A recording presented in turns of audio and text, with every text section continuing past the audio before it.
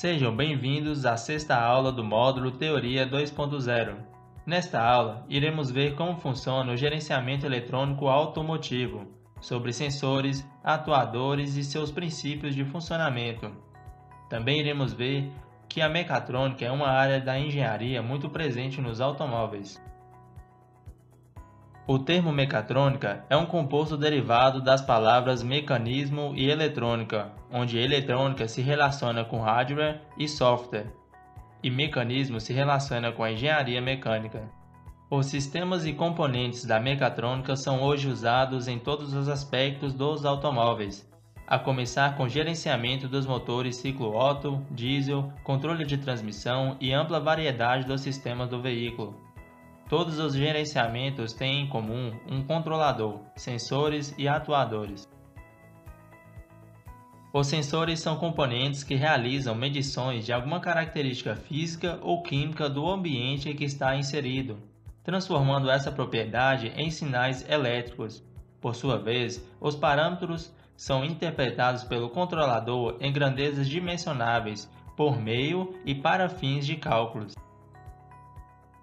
Os atuadores podem ser qualquer componente que, mediante um comando por meio de um controlador, seja ele elétrico, hidráulico, pneumático ou mecânico, intervém no ambiente em que se encontra para realizar um trabalho.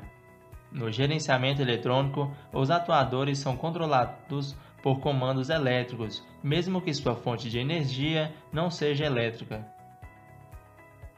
Controladores eletrônicos são elementos que, como o próprio nome sugere, controlam um sistema mediante a interpretação de sinais de sensores, a fim de entendê-los e poder administrar o sistema por meio de atuadores. O controlador de gerenciamento eletrônico é a ECU, sigla em inglês para Unidade de Controle do Motor. O gerenciamento eletrônico é um fruto da mecatrônica e tem como objetivo permitir a máxima eficiência do motor e menor emissão de poluentes possível, independentemente do ambiente em que o veículo se encontra e do regime de operação exigido pelo motorista. A eficiência, no caso, trabalha com o princípio da estequiometria e, para isso, atua nos seguintes princípios: controle de enchimento dos cilindros, alimentação de combustível, ignição e ainda a formação da mistura. O controle do enchimento dos cilindros é a quantia de massa de ar fornecida para dentro do cilindro e é controlada pelo corpo de borboleta, que por sua vez é comandado pelo motorista, seja por acelerador eletrônico ou por cabo. Este ainda leva em consideração os gases residuais da combustão. O sistema de alimentação de combustível tem de fornecer a quantidade de combustível necessária a pressões ideais, podendo ser do tipo de mistura interna no caso da injeção direta e externa no coletor de admissão. A ignição é determinada pelo ângulo em que a árvore de manivela se encontra, para que a combustão se inicie no tempo certo, sendo que este pode ser adiantado ou atrasado.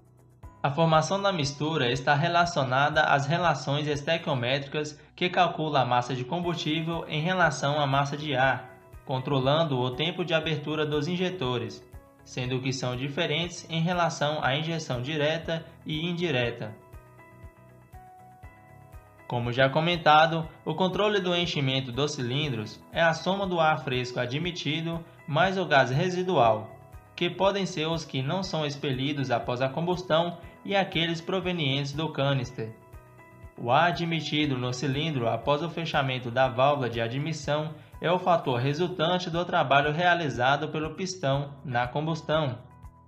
O enchimento máximo teórico é dado pela cilindrada, ou seja, o volume do cilindro, e nos motores sobrealimentados pela pressão de sobrealimentação.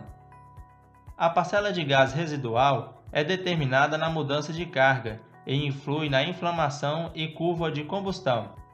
O elemento atuador no controle de massas de ar é o corpo de borboleta, cujo modelo pode ser mecânico ou eletrônico. Os modelos mecânicos possuem um cabo que conecta a borboleta de aceleração ao pedal do acelerador para controle de carga do motorista. Já os modelos eletrônicos contam com um módulo no pedal do acelerador para informar ao corpo de borboleta sua posição. Outro elemento que influi no ar admitido no cilindro é o comando de válvula variável, que interfere diretamente na abertura da válvula de admissão ou a de escape, interferindo assim na quantidade de ar fresco e residual dentro do cilindro. O sistema de alimentação de combustível pode ser do modelo padrão com tubo de retorno de combustível e sem retorno. No sistema padrão, o combustível é aspirado do tanque e pressurizado em uma tubulação através de uma bomba elétrica, passa pelo filtro de combustível até chegar na galeria de combustível. Na galeria se encontra montada as válvulas injetoras e o regulador de pressão, que mantém a pressão de combustível constante. O combustível não utilizado flui pelo retorno até o tanque, mas com uma temperatura maior, já que se aquece ao passar perto do motor, o que dificulta o controle de emissões evaporativas do tanque. No sistema sem retorno de combustível, o aquecimento no tanque é menor, facilitando o controle de emissões evaporativas. O regulador de pressão encontra-se no tanque, ou antes da galeria.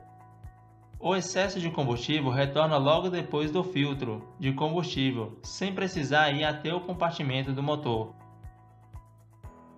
A função da ignição é provocar a combustão da mistura ar-combustível no momento exato. Isso acontece por meio de uma centelha elétrica provocada pela vela de ignição. Uma ignição inadequada ocasiona problemas como falha na combustão, danificação do catalisador, emissões de poluentes, consumo mais elevado de combustível e menor potência.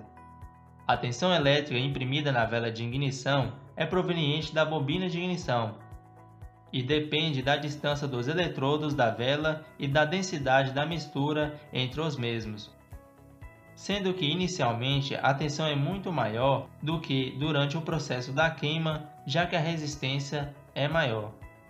O ponto de ignição tem como referência o ponto morto superior do pistão, sendo que pontos de ignição adiantados se refere à ignição antes do ponto morto superior.